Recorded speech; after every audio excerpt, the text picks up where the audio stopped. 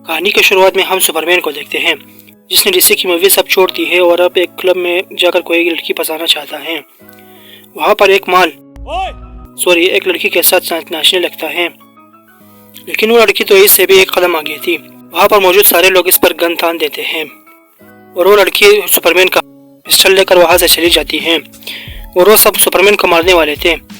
लेकिन तभी staff members के बहुत सारा चिल्लम और गांजा पीने की वजह से धुआं होता है और सुपरमैन वहाँ से बाहर आ जाता है। अब इसकी एक टीममेट वहाँ आ जाती है। तभी वहाँ वो हॉट लड़की आकर ब्रस्ट करने लगती है, जिससे सुपरमैन तो बच जाता है लेकिन उसकी टीम मेंबर जख्मी हो जाती है। तभी सुपरमैन को उसका मामा कॉल करता है और कहता है कि हॉट लड़की को पकड़ो, इसे हम संभाल लेंगे। अब सुपरमैन वहाँ से एक जीप लेकर उस लड़की के पीछे जाने लगता है और पता नहीं गाड़ी की चाबी इसके पास कैसे आई।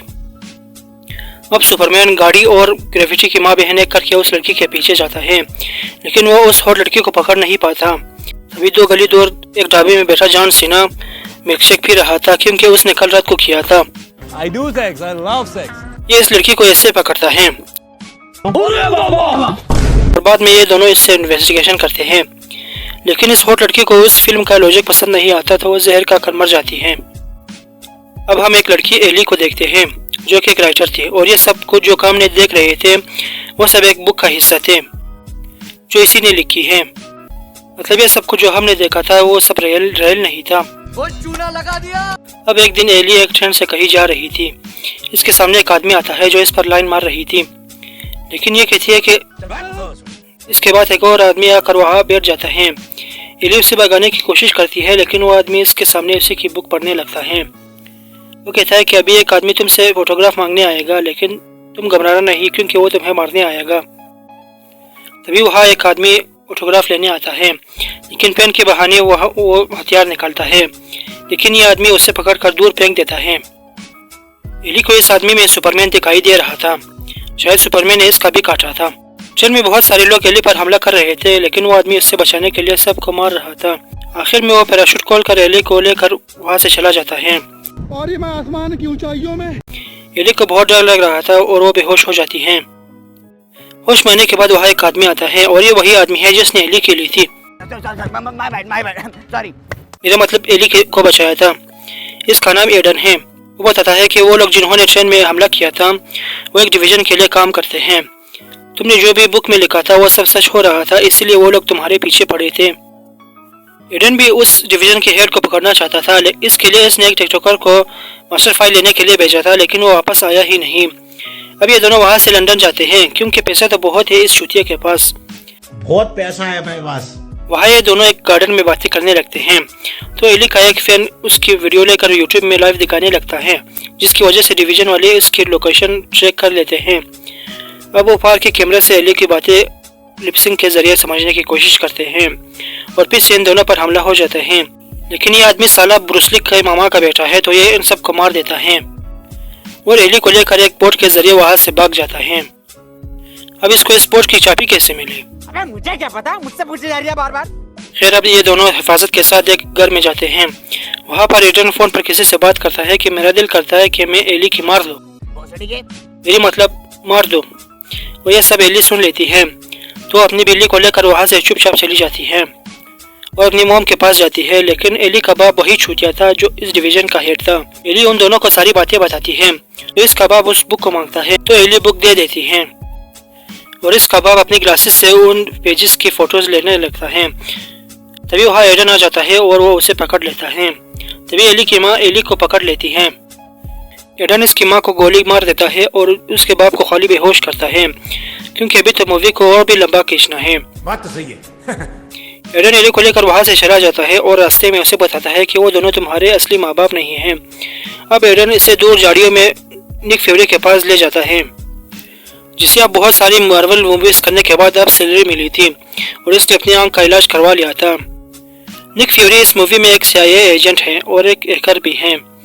वो एली को एक बड़े कमरे में ले जाता है और बताता है कि तुमने अब तक जितनी भी किताबें लिखी हैं वो सब तुम्हारी पुरानी यादें हैं और अब तुम रियल सुपरमैन से मिलोगी।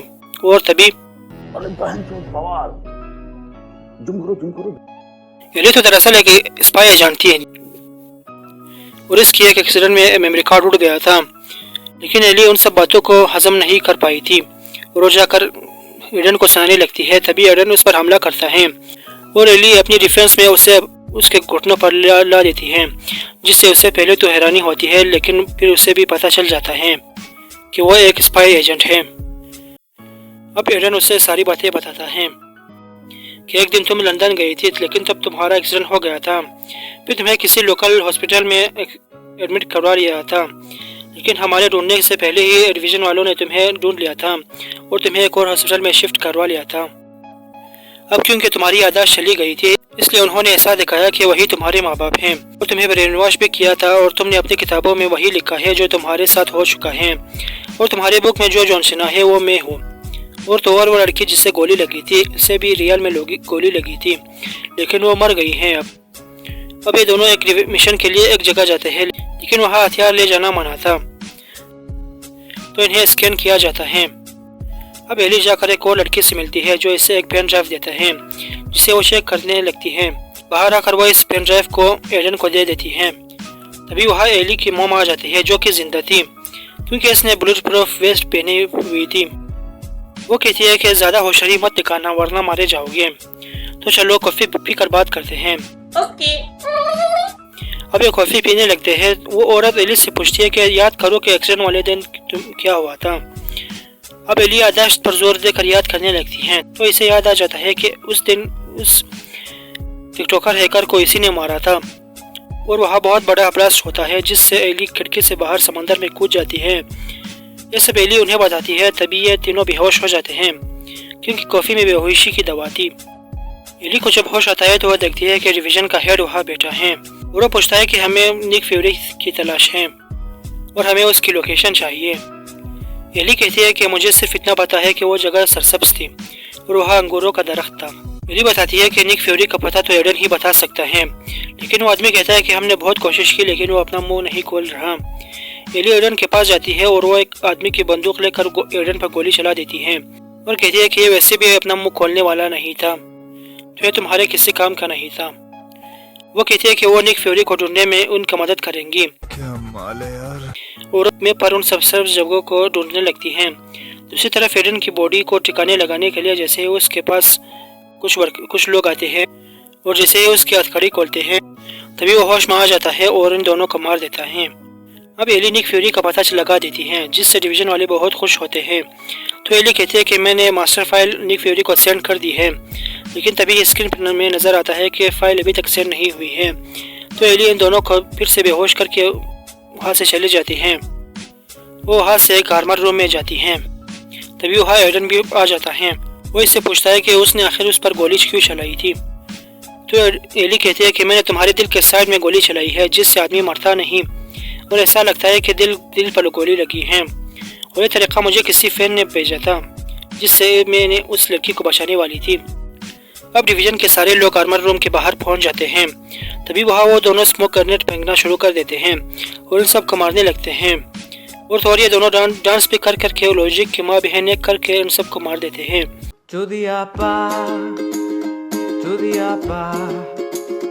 बाद में तो एली अकेले ही बहुत सारे आदमियों को सिर्फ चाकू से स्केटिंग करके मार देती है। सह लेंगे थोड़ा सा। अब ये दोनों सर्वर रूम जाते हैं ताकि इस मास्टर फाइल को निक फ्यूरी को बेच सके, लेकिन वो सिस्टम डिवीजन के हेड का रेटिना स्कैन मांग रहा था। तभी वो छुटिया आ जाता है और उन पर शॉटगन तान देता है। तभी एली की बिल्ली कूद कर उस पर हमला कर देती है और एडन उसे गोली मार देता है। एडन देखता है कि उस छुटिया की आंखों से अब स्कैन नहीं हो सकता था, क्योंकि बिल्ली ने उसकी आंखों को नोच दिया था। तो एली कहती है कि मेरे पास एक और प्लेन है, और वो ऊपर वाले फ्लोर में जाने लगते हैं। और हम देखते हैं कि यह सब एक बहुत बड़े शिप में है। दूसरी तरफ एली की मॉम एक म्यूजिक बॉक्स को लुटा कर ले जाती है। एली सैटेलाइट कंप्यूटर से मास्टर फाइल निक फ्यूरी को भेजने लगती है।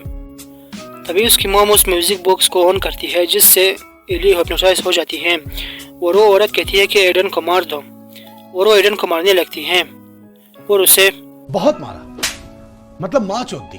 अब एली एडन को जान से मारने वाली थी। तभी वहाँ एक आदमी आकर उस औरत को रोकती है, जिससे म्यूजिक बॉक्स नीचे गिरकर टूट जाता है और एली फिर से होश में आ जाती है।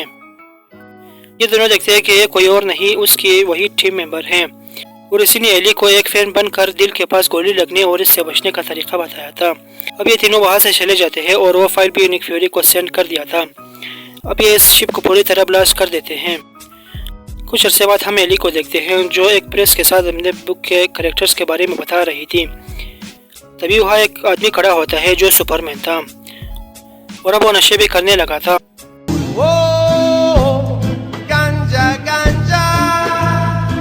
उसे देखकर एली को भी कुछ कुछ होने लगता है और इसी तरह मूवी पर खत्म हो जाती है। अगर आपको हमारी वीडियो पसंद आई तो हमारे इस वीडियो को लाइक करें, शेयर करें और हमारे चैनल को सब्सक्राइब करें। Thank you so much for watching.